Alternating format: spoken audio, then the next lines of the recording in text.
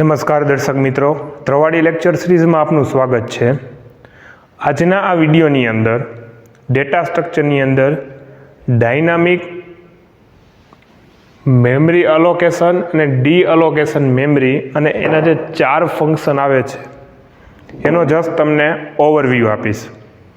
હવે જનરલી તમે કોઈ મેમરી ઓક્યુપાઈડ કરવા માંગો ત્યારે તમને અમુક બ્લોક્સની જરૂર પડે મેમરીની અંદર, ત્યારે આવા અલગ અલગ ફંક્શન્સનો છે યુઝ થશે. જનરલી આ 4 ટાઈપના ફંક્શન છે એ સી લેંગ્વેજમાં ડેટા સ્ટ્રક્ચરની અંદર યુઝ થશે. જેમાં પહેલું છે મેલોક ફંક્શન, બીજું છે કેલોક ફંક્શન, ત્રીજું છે રિયલોક ફંક્શન અને ચોથું છે ફ્રી ફંક્શન. નેક્સ્ટ વિડીયોની અંદર આ 4 ફંક્શન એની માહિતી અને સાથે એનો પ્રેક્ટિકલ પણ જોશું. જો તમને વિડીયો ગમે તો વિડીયોને લાઇક કરો, શેર કરો, ચેનલ પર નવા આવો તો ચેનલને સબસ્ક્રાઈબ કરો. Thank you. જય હિન્દ, જય ભારત, જય જય ગરવી ગુજરાત.